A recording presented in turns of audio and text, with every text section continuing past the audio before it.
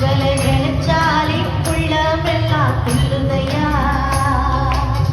அப்பா அம்மா நீங்கதான், ஆசையெல்லாம் நீங்கதான், ஆதரவு நீங்கதான், ஆறுதலோ நீங்க, என் நினைப்பாவே இருப்பவரே இசையா.